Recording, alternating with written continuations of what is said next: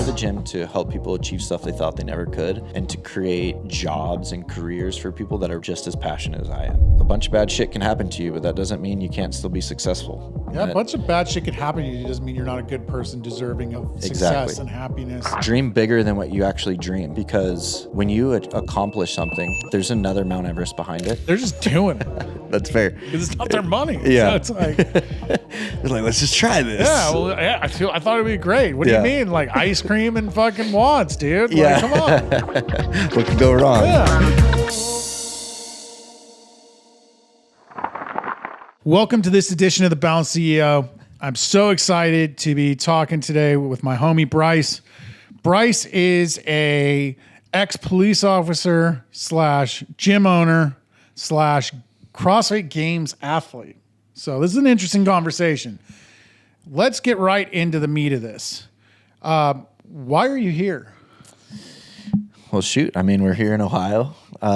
We're at a gym owner meetup to just increase the skills, but I'm here to hang out with you, Chris, man. I'm here to talk and just chat business, chat life. Hell yeah. Chat some fitness and just chill with the homies. Right on, That's man. Really it. Where's your gym at? So we're located in Minot, North Dakota. I'm originally from Washington State, Tacoma area, Port Orchard specifically. So repping the M's today. You know, right. we could win the division since 2001. That'd be great today if we can pull that off. That explains the excitement on your social media about the Mariners. Yeah, Mariners. That seems odd. We clinched playoffs yesterday, man. It's a big deal for us. Oh, yeah. It's been since 2001. I was 6 years old. Whew. So now I'm 30, and we're riding high. Yeah. But yeah. So Minot, North Dakota, where the gym's at. Okay. Yeah. So what brought you from Washington to North Dakota? So athletic scholarship, D2. I played football and I wrestled there. Oh, okay. Football is the main sport. I had a buddy there. What he did was just FaceTimed the place. They sent me an offer for full tuition. So I was like, hell yeah, like let's go do it. What could be so bad? I talked to the coach and was like, are there mountains there? Because I know there's a ton of snow. They're like, not quite.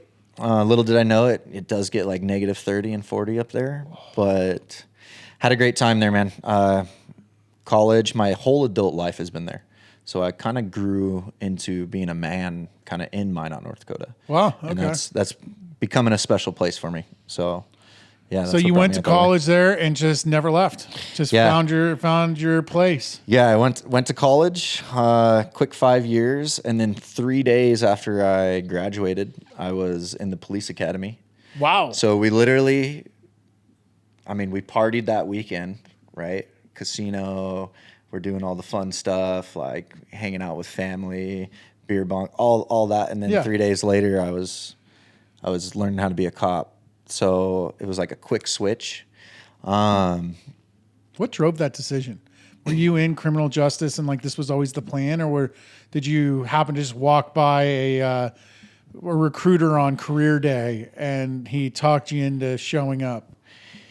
No, man. That story goes way back. I grew up in I wouldn't say like a full broken home or a broken family. It was just, we had a lot of issues with addiction, whether it be alcohol, drugs. So I kind of saw that a lot growing up. I was the youngest, so I could see like my brothers doing bad, or like sometimes parentals doing poor things or bad decisions. And I think from there, my other brother and I would always play like cops and robbers or like army and stuff. And so it was like always in my head of, got to catch the bad guys and like be good instead of do bad. Not saying that that's really that bad, but It was just the life I grew up in. And then I thought I could help people while being a cop. Was my goal. Like not necessarily street level stuff, but bigger people. When we think like, things that happen on the internet or, the worst of the worst. I thought that could have an impact, and I just wanted to have an impact in that way. And I studied criminal justice in college, but I also double majored in corporate fitness and coaching. So I double majored there and just chose criminal justice first, by being a cop. So yeah, I mostly wanted to go federal. So I was thinking that was the stepping stone. So you wanted to go local cop to FBI, something Yeah, like that. I wanted to do something like that, DEA, Yeah. kind of that area, as far as like big time drug level stuff. Was the route that I was leaning towards, and also I like loved the adrenaline, like that when I was working on the streets, they knew I would find something, and something Bryce is going to get into some shit, so people would kind of just follow me, and I was always a go getter. Enjoyed that. Yeah, I mean, copping was cool. I liked it, but didn't love it. What would you guys kind of run into in that area? Like, was it drugs or was it? Yeah, so we actually have a pretty big drug issue because there's a couple Indian reservations between us. Yeah, I was gonna say. I feel like there's. Yeah, and then also the Amex train from Detroit and Bakersfield. Oh. It's easy access, just like to train it in. So there's quite a bit of runners throughout, and then it just evolved into the street. Also, the oil field brought a lot of crime per se to us. Yeah. So yeah, that kind of happened while I was in college. So the oil field, I'm assuming there's just a lot of money, so people are just spending Tons. on Yeah. dumb shit. Yeah, as soon as the oil, I think the Bakken boom was like 2010 and so on. Yeah. Man, mass migration, like mass overload of people getting a bunch of money, maybe not making the best decisions with their money. You know, other people knew about it, so they're gonna send the drugs there. As a former dealer of illicit substances, you know where the money's at, and you will Exactly. go Yeah, where we'll the sell it there. clientele is. Yeah, it was drugs, it was the ladies, you know, Yeah. all of it. I mean, it was kind of like we called it the Wild Wild West. 'Cause Oh you yeah, just- anywhere there's a oil boom, there's going to be, because there's Yeah. just too much money, and it's people that have never seen money like that before in their lives. Yep. They don't know how to handle it, No. but they do love to party. Yeah, which isn't a bad thing. It probably helped the city out. Oh yeah. Tax wise, I'm sure the city did well. Yeah, for sure. So you did that for how, like, not many years, right? Maybe 4 or 5 years? 3 years. 3 years. So while I was a cop, I knew pretty early, probably like a year in, that this wasn't the career that I was going to do long term. The reason for that is I would just make friends with the addicts, because it was like somewhat the environment I not necessarily grew up in, but knew very well, and knew that they're just human beings. Every time I picked them up, it was like I'm giving them more fines. They're just in and out of the system, and I was like, what is the impact I'm actually creating here? And that's just my personal standpoint. Also, the higher ups, like how they talked about their life and how they were just like, I would never want my kid to be a cop. Like it's so different now. And just seeing the type of people they were, not necessarily how they weren't bad people, Yeah. but the way they spoke and was always negative. And that's one thing I just can't stand, man. I mean, like negativity around me, Yeah. I'll cut that shit off real quick. Like it's, Yeah, you don't have that vibe of someone who's going to sit around and talk shit or let other people talk. yeah. I mean, if someone does, right, like kudos to you, go ahead and talk it. That's your prerogative, however you say that word. Yeah. But I move past it pretty quick when it happens. Yeah. And if I find myself, it's kind of like, why am I talking shit? Like they're probably doing it for a reason, just like I am. Generally, it's due to their own issues. Yeah. So copping was done pretty quick. 3 years. During that time, I found a CrossFit gym. I'd never done CrossFit before. I was kind of searching for an outlet. And I started doing CrossFit classes. And then I started coaching and then helping people achieve stuff that they thought they never could was like very impactful on me, where I was like, this is kind of my calling. Yeah. I feel like God was pulling me that way of just like even the littlest things. My first personal training client her name was Haley, and she was wheelchair bound, but I'm just helping her like walk again and seeing like the excitement on her face of just like, I'm capable of doing this actually. Yeah. It was super impactful for me. And from then, I mean, I worked night shift. I was looking up videos, YouTube, how to start a gym. That's when I kind of found Two Brain stuff. I was like reading Chris Cooper's blogs, and I was just trying to get as much knowledge. And this was maybe a year and a quarter into being a cop, where it was like I had the most arrests, like I was a go-getter, and I was kind of shifting focus of like, all right, how do I stay in this for a little bit, but what's my route out? Yeah, build the bankroll to be able to pivot. Yeah, and eventually that's not even how it worked. At the YMCA, the local YMCA where I started CrossFit, had a little CrossFit gym in it, and the head person left there, and I was like, fuck it. I'll go from 28, $30 an hour to 17, and I'm gonna just run a gym. So I became like the fitness director there, getting paid like $18. I moved 4 different times. My buddy, when I called him, I went through a breakup. He's like, mi casa, tu casa. I moved into his house, moved into my other buddy's house where he was in like Abu Dhabi. And then I moved into my other buddy's house. Eventually found a $300 studio apartment downtown. Just, I didn't care. I was like, I've seen worse. Yeah. I grew up where I don't need much. Yeah. Like I got my bed. It's got a little kitchen. Is it way outdated? And are my neighbors the people I just like arrested? Yeah. But I was like, I'm going to take this risk. So at that time, like it was just kind of chaos, man. And I was doing like the 75 hard, kind of going through my own journey of like, man, who do I want to be? Yeah. You know, like what is the impact that I want to leave? And in that process, like I just grew a lot of just like, I can do very hard things and like been through a lot of hard things. So why not give myself the opportunity to like help other people get through those things? That's just how my brain was working.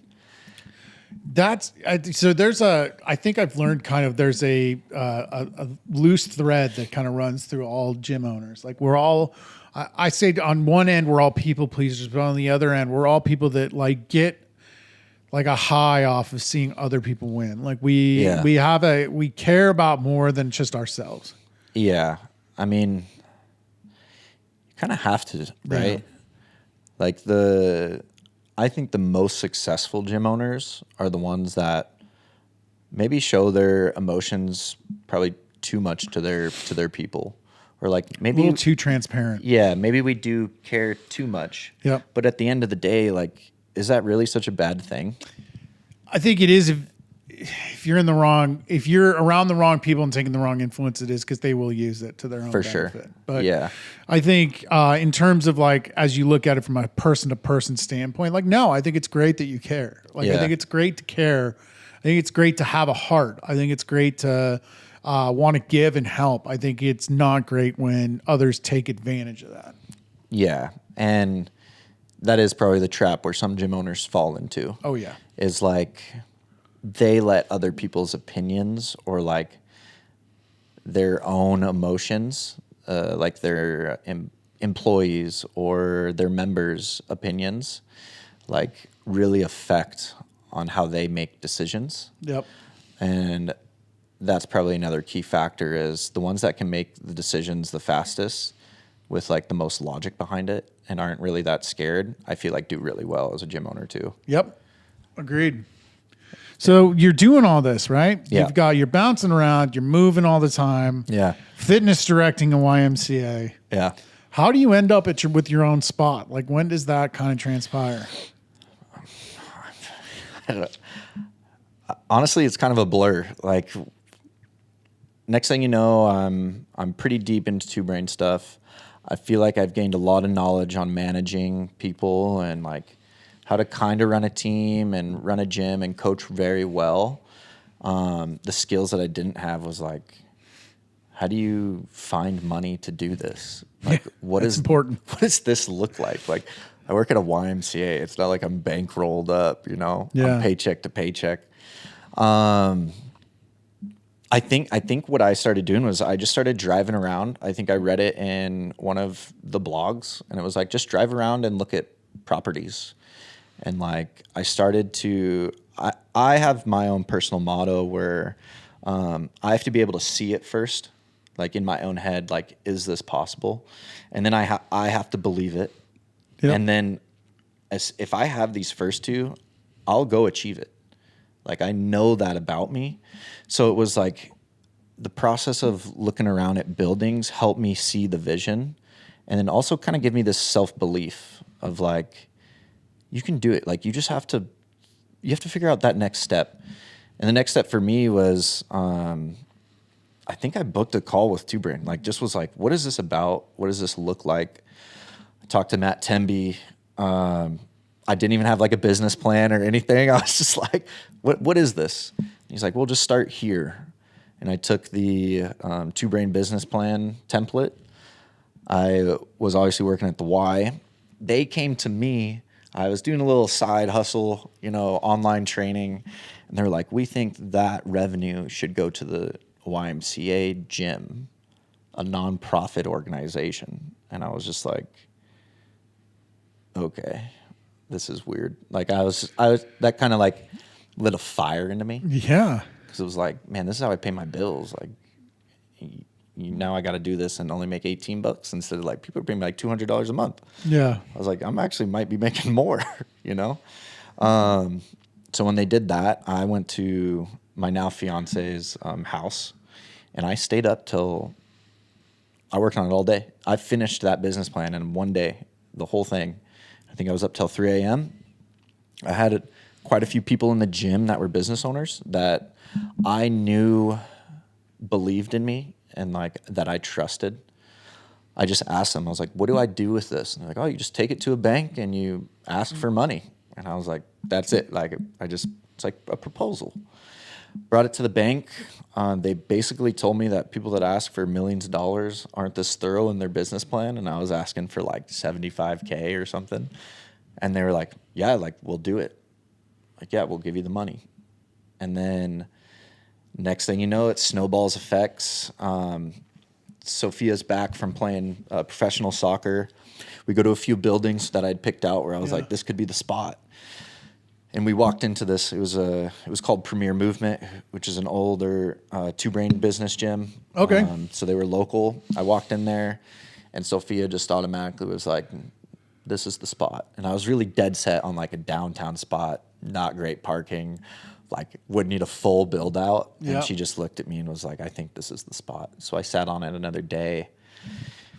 And then it just kept rolling. Like, as soon as I did one step, it was like God put the next person in to show me what the next step was. Kind of let you know you're on the right path. Yeah. And eventually, like, I was very transparent with the why from the beginning, that I told him, hey, I'll eventually want to start my own gym. I was very open about it, all that. I even told them, like, hey, I'm about to start advertising for this. Like it's happening now.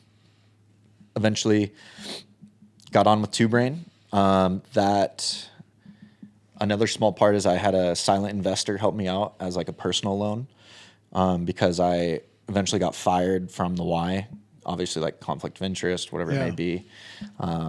They kind of cold turkeyed it. I finished a 10 a.m. class and they're like, yeah, come down. Yeah, we got to let you go with all the other stuff going on. I was like, totally makes sense. I kind of wish you would have told me so I could at least let the members know or something. Yeah. But I see from a business standpoint now, right? Like, they can't have you. Maybe they don't. Yeah. Maybe they don't want them to know that it's my last day. And then, frick, man, like, I signed papers on a lease, and it was like, my mentor Courtney was like, yeah, we got to order this. And it was like, we open in a month, like accelerated on-ramp. Like, I don't even remember the on-ramp for Two Brain. Next thing you know, we're doing Founders Club, and I'm selling. I got a Target table and 2 Target chairs. Never done like sales before, really. I worked at Buckle for like 6 months in college.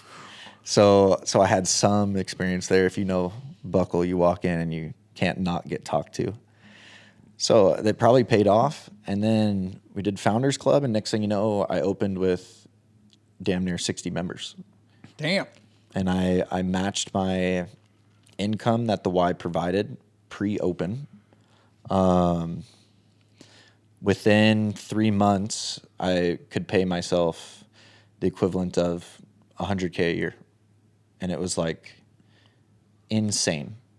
It was insane. Me and this one of my main coaches, Emily. She came from the other gym. She's young. She was like 19, 20 at the time. She's like, I just want to work for you.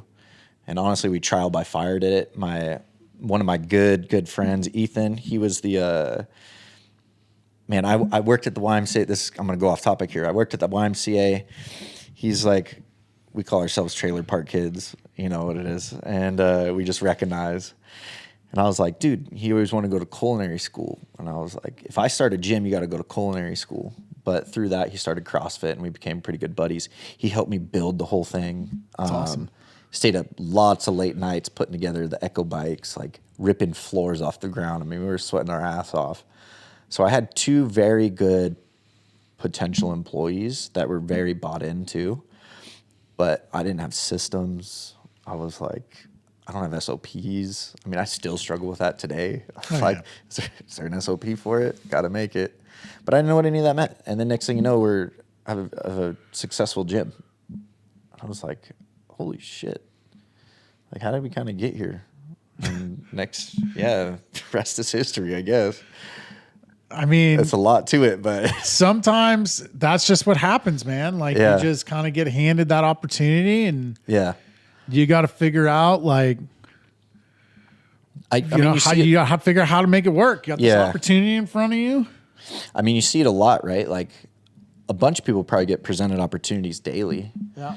And sometimes they're like, man, this is my dream thing, but they just don't take that step. Whether it's like scared if they'll make it, I mean, potential income, whatever it may be, right? Family stuff. I mean, I'm pretty lucky. My fiance plays professional soccer. Was in Portugal this whole time during this process / Iceland. She plays in Brooklyn, New York now. Yeah. I live by myself. I don't have kids. So as far as balance goes, like, it's business and fitness. Yeah. But your fitness is a little different than the average person's like needs and requirements for physical health. Yeah. Which is why I think it's important to have this conversation, because everybody loves to talk about, oh yeah, well, if I didn't have kids, or if I was younger, I'd be a games athlete, or if I had 4 hours a day, I could be a games athlete too. And I just don't think that's fucking true in the slightest. And like, I think that conversation needs to be more like well documented, that there's so much more to it, and there's a level of discipline, and because you're doing it while running a gym full time. Yeah. I think, man, how do I put this? I think the only people that know the dedication and the balance and the imbalance even. Yeah. The mind games you have on your own head of going through and doing a couple things at a very high level is, it's a lot. Like, I don't think it's ever work ethic really for those people. It's a lot of mental games. I mean, man, I got to train from 7 to 8, but then I got to like have this. I got to switch off my athlete version and put on my boss hat, and now I got to have this conversation with an employee. Maybe the employee conversation goes well. Yeah, awesome. But now you have to take action after that conversation to like continue pushing forward for the business and like the overall health of your gym. Now that's going to take away time of like, maybe you didn't get the fuel you need for your next session. And you're like, but I got to get the session in now because I got a bunch of other shit later. It's hard mentally more, I think. Everybody works hard. Mostly everybody. There's a discipline level that I think people miss. Yeah. Like you mentioned, like a lot of people that have ever told me, if I had 4 hours workout, I'd be a games athlete too. I'm like, cool. But you also like in the middle of an hour class will stop what you're doing and like go sit down because you're out of water, or like your shoelace is untied, and like you won't just tie your shoe. You take 5 minutes of wandering around. Like someone with the mentality of a professional athlete isn't doing that. Yeah. They're not letting little things like that derail the time that they have. Yeah. And I think that plays into even just everyday life, right? Like, your kid gets sick, does it derail your whole day because now you can't do what you want? Or like, does it change your mood as a father? I'm not a dad yet, but I can see like a lot of people's actions within a gym, and when it gets hard, I would say 90% of the time, that's probably how they'll react when it's hard outside the gym, the other 23 hours. And that's what I hope. I think that's the biggest win in a gym. Like, honestly, kind of fuck all this physical stuff. Yeah. Like, the physical stuff's great. Don't get me wrong. You look better. You're stronger. But, like, how are you now as a person? Like, how's your energy level? Like, are you a better mom or dad now? Are you a better son or daughter? I think those are a lot bigger wins. And at least within our culture, I try and preach a lot, because a lot of people can look at the scale number and just be like, man, this isn't working. Yeah, or I'm still a piece of shit because I'm 40 pounds heavier than I want to be. But they don't factor in that yesterday you had the energy to go out with little Johnny and play soccer for an hour. Mm-hmm. Right? Or they miss like the first foundation session they ever did. Yeah. They like questioned themselves if they could get through it. But 3 months later, they're like continuously doing a little bit harder things. Yep. And I think that's the biggest win of it all. I think even for professional athletes, right? You'll see it after they're done. They go do a bunch of hard stuff, start a business, foundations, whatever it may be, because that's just like engraved who they are. Yeah. What's your underlying motivation to do the games? Like, especially as a team, like, it's not just relying on you. Like, your effort is reliant on 3 other people. Like, how do you find the motivation to, put that time in when, you are tired as fucking shit and you're probably feeling physically broken, and you probably had a shitty day at work and an employee did something they shouldn't have, and like all these things are happening. Like, how do you find that motivation and that discipline to be like, nope, got an hour of heavy cleans that are going to make me feel even worse? Yeah. I don't think it's motivation really. This was my first year going team. I think it was easier because finding the strength to do it, because other people rely on you. I think as an individual athlete, it's harder. Yeah, because you can kind of be like, yeah. But if you're letting down other people, that's a whole different ballgame. Yeah, it holds you accountable. I think it just boils down to like, how would I feel if I didn't try? How would I feel when I get to the time where I need to perform and I don't perform well? Am I going to think of like these training sessions that I half-assed or kind of mulled over and be like, I'm not feeling good today, so I'm not going to hit my rowing ski echo intervals that I know I'll be on the ground after because it's really hard. I kind of think of that, of like, what if I don't do this? Yeah. Like, what am I missing out on those tough days? And honestly, though, there are some days where I just have to accept that, like, hey, I'm not going to get a training session in.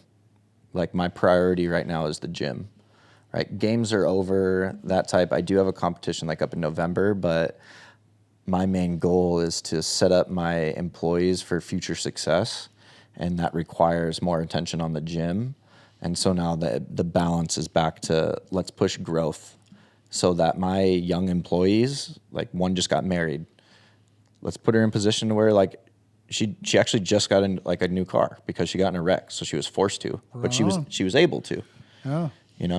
Like they're gonna want a house, they're gonna want kids, those types of things. So helping them realize and kind of mentor my team, the younger ones of my team, right, is I think more important currently. Yeah. So there's even this last week I trained once. Now it's playing on my head a lot as an athlete, but it's just priority shift. So are you looking to go back again next year, or is this was that like last year you made it all the way to the games? You guys finished top 20, right? Yep. In the world. Yep. Is there that burning desire to improve on that? So our team, Bryn, one of the females, she's shifting away from CrossFit and competing. Gustavo's in Costa Rica. He's getting married and things of that nature. And then Faith's in Georgia and I'm in North Dakota. So it took a lot for all of us to be together. Yeah. We haven't talked about it really. I think we're all just kind of still digesting, like this whole summer was like dedicated to just training and eating basically while running a gym. So I think it would be awesome to go back. Like, Yeah. don't get me wrong. Like I'm still training every day to improve myself as an individual. And I think if that opportunity comes up, I would just have to make sure that I can be all in on it, you know, because I think this past year was a little rough as far as you're away from the gym, you're in Georgia, now you're paying like, at least from a financial standpoint, you're paying double rent and food and all those things. And it was a little hard to navigate that piece, but also the opportunity was like, when will you have this again? Yeah. Like go do the thing and then also make it work on the gym side. Did you have support of your staff? Like for the most part, they were supportive of you being gone? Yeah, my staff is phenomenal. I mean, ever since I started the gym, like 4 months after starting, I went to Iceland for like a week. And I was like, all right, like you guys are in charge. Like this is what we got to do. I've been to Portugal twice for weeks at a time. I mean, this summer I was gone for almost 2 months and the gym grew, which was amazing to see. Yeah. Now, like when you get back, that was a little weird. Yeah, there's some... Because it was like some members or like maybe even some employees were like, the principal's back or the boss is back. And it's like, I'm still the same person. Yeah. like nothing's changed about me.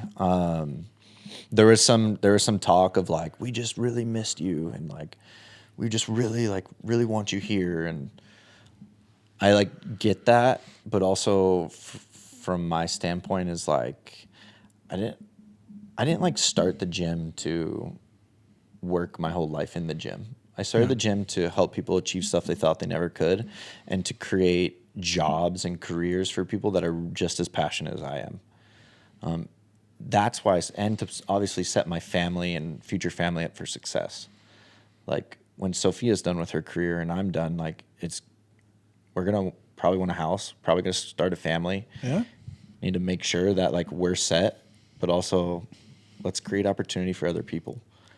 And that's so hard to explain to your members of like, we just want you to coach. It's like, I get it.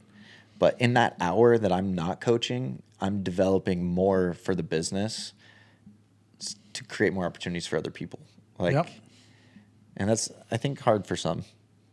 Yeah, I mean, I think it's also it's no different than walking around with a designer bag or designer this or designer that. It's like it's a status symbol to say the owner is your coach. Yeah, yeah, and they all want you there. Yeah, and that might be the only status symbol they have in their life at the moment. Yeah, right. So it's like when they can't say the owner is my coach, like it diminishes the status that they're carrying. Yeah, like especially with. I mean, I would assume our rates are probably close to the top end, like in our city. Yeah. Right. So, individuals that come in there like high quality, right? And if they're not receiving high quality or they think, the coach is the only one that can give high quality, then you might see a big churn rate with where you're at. And so that's when you got to like really develop your staff and be like, are we giving the best quality? Yeah. Is my staff actually doing the best they can? Am I missing points? Do I need to put someone else here because I'm just shit at it? There's been plenty of that. Yeah. It's like, actually, I'm really bad at this and I'm trying to do it when I could just hire someone who's way better, like marketing for me. It's like I do a good job, but when it's someone's full-time job, like they're going to do a way better job. Yeah. So hypothetically. Yeah, that's what I tell people all the time. Like you want people that eat, sleep, and breathe what they're doing. Yeah. And that's not me. And it took a few years for the people to finally realize like, okay, it's nice to have them around coaching every now and then for fun. But like for the most part, these other coaches are way better. Yeah. Yeah. And we just like, Just get them like better than me. Yep. Right. Get those coaches better than me, or at least where I think they are. Yeah. My coaches are freaking great. I mean, there's experience across the board, but even like I just did a career roadmaps before I came here. Yeah. And I have this gal that is like, I want to quit my job and I just want to work for you full time. She's like, I just want to do admin stuff. And I was like, no shit. I was like, really? Like, she's like, yeah. I love that shit. And yeah, apparently. And I was like, really? Because I suck ass at admin and stuff. Yeah. Like, so it is cool. Now, as an owner, you're like, okay, how does that work though?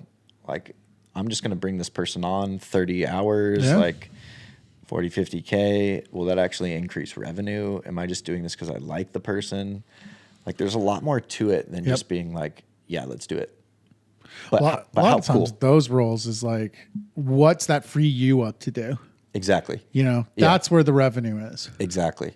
Like, okay, yeah, you can lead nurture and I'll develop a whole program that will give to another coach who will get them paid more and increase revenue. Yep. Like the visionary in me is like free again. Yep. And that's where the magic happens. It's like Bryce can start thinking of cool ideas again. Like, let's go. Yeah. And then the energy does shift in the gym, I think. Like, that's where they see things happening. Yep. How cool would it be eventually if like a manager or GM has that in them? We'll see. Yeah. See who can develop. It's a crazy thing when you get people that start thinking with an ownership mentality. Yeah. But I think you probably already have it with the way it sounds with a handful of your employees. I think it's more, you have to be careful with visionary mindsets in employees, because generally visionary mindsets in employees are just people that are eventually going to go open their own thing. Yeah. Right? Because like they can't be tied down. They need their own integrator to kind of like to filter their ideas. Yep. Right? So it's like you don't want visionaries in employment for the most part, because usually their ideas haven't been flushed out very well. That makes sense. Yeah. You know? Yeah. But having those high level operators are just like so crucial, because you need those X's and O's people that will like handle funnels and checklists and all this stuff, where it's like, I'm like, I got 58 ideas to tell you today, and maybe one will get approved, but I want to tell you anyways, because like, what's the point of thinking of all these ideas if I can't say them out loud? Yep. But like, that's their job, is to filter all that. Yeah. You have a visionary in an employment status that's doing the thinking for you, guaranteed it is not getting filtered by anyone. Yeah. They're just doing it. They're just doing it. That's fair. Because it's not their money. Yeah. So it's like, they're like, let's just try this. yeah, well, yeah, I thought it'd be great. What do you mean? Like ice cream and fucking wands, dude. Like, Yeah. come on. What could go wrong? Yeah.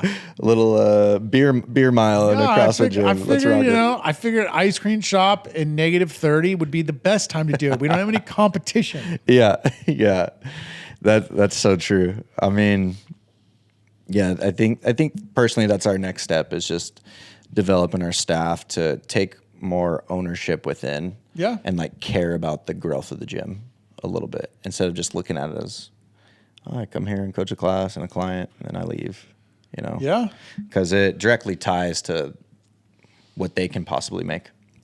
So I am curious though. I got to ask about this games team. Yep. How did you guys get together? Was this something where were you guys like all at, I don't know, one of those like job fairs and you found each other? How did you find each other? No, so we're all coached underneath the umbrella of Training Think Tank. Okay. And we each have like our individual coach within the company That's right in your programming. that coaches us on an individual standpoint. And it initially started with her name was Mia, Bryn, and then Gus and I. So they called me and my coach was like, I think Bryce would be good for the team. And then we went down and we trained together, and then we did Crash Crucible together, which is a pretty high level team comp, and we performed well. We all meshed really well. So that's kind of how it initially started. It didn't end with that team. Unfortunately, Mia got sick during the open and like semifinals right before. So she was like, I just won't be at my top performance. And you get like a sub basically. And her name was Faith. So Faith did the semifinals with us. Crazy weekend. And then eventually it was Faith, Bryn, Gus, and I who went to the games. And so, but essentially training think tank underneath their umbrella, they just kind of picked and pulled of who they think would be a good fit together. Right. So Yeah. is that based on like whether or not they think you'll succeed as individuals and they're like, you'll have a better chance? I mean, probably. I would think so. I've Yeah. never been to a semis as an individual. All of them had, or elite level comps, and I'm just kind of this dude that like, hey, I can lift heavy and I can do pretty good and run fast or something. I'm sure there was some thought into it like that, but I think what they first looked at was personality. Yeah. Because there's been a lot of teams where just the personalities don't mesh. And when you get on the floor and you just start like yelling at each other and You stuff, get too many egos. at that point it's just not fun and you don't even enjoy it. That's was the coolest part of this team, was we were all like genuinely enjoyed each other's presence and just like had fun training and That's like awesome. lighthearted. Of course, we all wanted to do the best we could. Yeah. But we never like let that determine our success or determine like our happiness, like the scoreboard. If we did that at the games, I mean, we technically took last. Like we bombed 2 workouts that just put us in a hole where it was like, we can't get out. Like these teams are legit. Yeah. And so if we let the scoreboard or anything like that, maybe we wouldn't have had a good time. But because of the who we were and how we meshed, it was so much fun and so rewarding. Like it was super cool. To still finish top 20 in the world and have 2 bomb events is insane. Yeah. I mean, there's 20 teams, so that's why I said last technically. But the process and just I'll never forget swiping that leaderboard at the Mexican restaurant and just seeing our team 18th and just like the enjoyment. Like I'll literally get emotional about it. Like the enjoyment of, for them, they trained since 2013, 2014. I'm a late bloomer and started in like 2020. Yeah. Like I don't know the golden era. I've seen it on TV of CrossFit and stuff, but all the hard work and dedication, the injuries like that I've had to overcome, and just in the short 5 years that weren't even CrossFit related. I was snowboarding and broke my shoulder, and then I was bench pressing and tore my pec. Like overcoming those things and still making it to the CrossFit Games, like to me is still just like, I can't believe that really happened. Right. And I know there's only 20 teams, but the fact of the matter is you still beat thousands of teams To get there. Yeah. to get there. Yeah. Right? Like, so it's still like the finish in the top 20 in the world, regardless of where, is the top 20 in the world. Yeah. Yeah. It was special. And no one can fucking take that away from you. No. And people were like, you should like definitely say like you're a team CrossFit Games athlete. And it's like, well, we're all CrossFit Games athletes. It's just a games athlete. You competed at the CrossFit Games. You were thus a CrossFit Games athlete. Whether you competed as a team or you competed as an individual, your skills were a part of the reason they got there. Yeah. Like we can acknowledge that, the individuals may have beat you head on. Yeah. But as a team, your team got there and you're an athlete. I mean, Rich Froning proved teams, Jason Kalipa, like I can think of all these people that they proved teams are just as valuable. They did teams. Yeah. After competing at the highest level humanly possible as an individual. They were the top. And I just think, man, training alone just sucks, man. Yeah. I'll be honest. Like you're an individual. I'm in North Dakota. No one's really training the way I am. But like when you're with a group of people doing the hard things, I mean, that just creates a bond, just like within your gym, like that you can't really break ever anymore. Yeah. Like those people, Bryn, Gus, Faith, Mia, will all like hold a special place in your heart because you guys went through really hard, long days together. Yeah.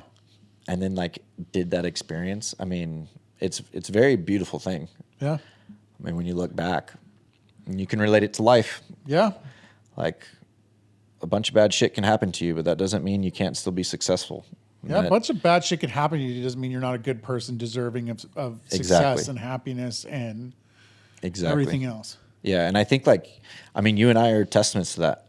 Like, Yeah. right? Like with our backgrounds and experiences, like whether it's death or addiction, like I've had 2 other brothers pass away, all the injuries, like I probably could be a shitty person if I really wanted to, you know? You have every excuse to be. Yeah, but you make the decision to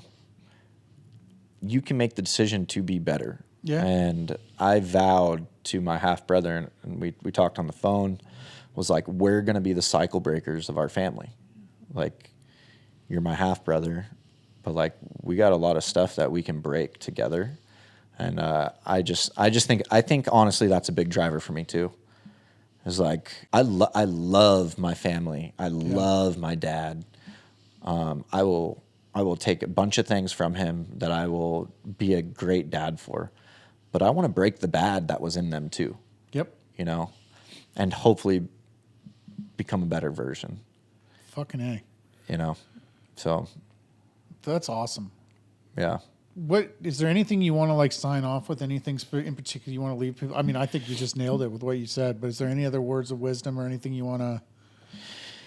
Yeah, I think like dream bigger than what you actually dream, because when you accomplish something, there's another Mount Everest behind it.